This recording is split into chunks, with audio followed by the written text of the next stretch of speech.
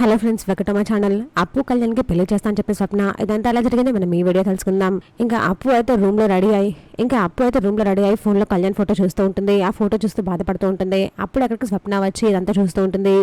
ఏంటి కళ్యాణ్ నువ్వు ఇంకా మర్చిపోలేదా? కళ్యాణ్ మనసులో పెట్టుకుని పిల్లలు చేసుకుందాం అనుకుంటున్నావా అని అడుగుతూ ఉంటుంది. దీనికి అప్పు ఏం మాట్లాడక స్వప్న వైపు అలాగే చూస్తూ ఉంటుంది. ఇంకా స్వప్న బయటకు వెళ్ళి కళ్యాణ్కి కాల్ చేస్తుంది. కళ్యాణ్ నువ్వు అప్పుడు ప్రేమిస్తున్నావా లేదో నాకైతే తెలియదు. అప్పు మాత్రం నీ మీద చాలా ప్రేమ పెంచుకుంది. మనసులో నిన్ను పెట్టుకుని పెళ్లికి రెడీ అయ్యింది అని చెప్తూ ఉంటుంది. ఈ మాటను చాటుగా రాజ్ వింటూ ఉంటాడు. ఇంకా అప్పు కళ్యాణ్ నమ్ముకుంటే వీళ్ళ పెళ్లి జరిగేలేదు, నేనే ఏదో ఒకటి చేయాలి అని రాజ్ అయితే అనుకుంటూ ఉంటాడు. ఏం మాట్లాడవేంటి కళ్యాణ్? అప్పు నీ మీద చాలా ప్రేమ పెంచుకుంది. నిన్నే తన మనసులో ఉంచుకొని పెళ్లి చేసుకోవడానికి కూడా రెడీ అయిపోయింది. ఈ అక్కల కోసం ఆలోచించి తన జీవితాన్ని నాశనం చేసుకోవడానికి రెడీ అయిపోయింది.